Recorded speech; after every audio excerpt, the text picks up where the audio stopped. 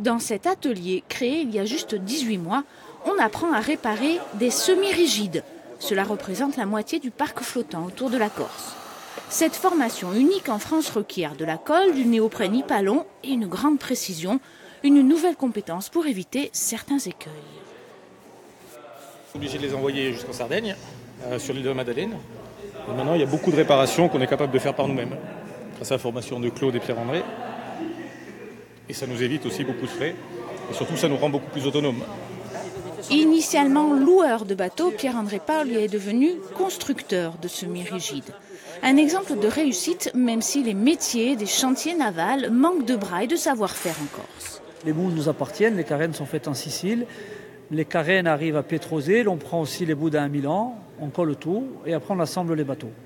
Dépanner des moteurs, poncer des coques, ces métiers sont enfin enseignés dans l'île. Des places sont à prendre en apprentissage ou en formation courte et qualifiante pour des chercheurs d'emploi. Des postes possibles en fonction de la saisonnalité, il y en a entre 100 et 200 et on est en train d'en former une vingtaine en apprentissage.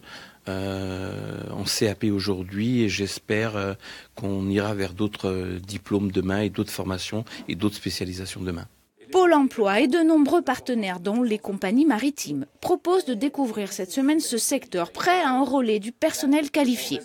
Job dating, visite de navire, découverte du lycée maritime, 47 opérations en tout. Sur l'année 2018, il y a eu 1100 demandes préalables à l'embauche qui ont été déclarées, donc c'est pas neutre.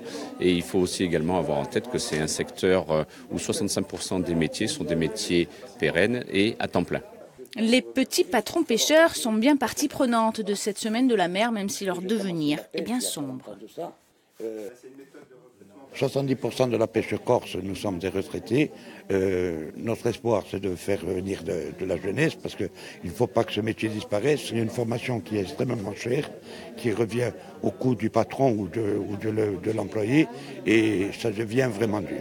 Skipper, accastilleur, ces métiers liés à la plaisance et au sport nautique, eux, sont en plein essor.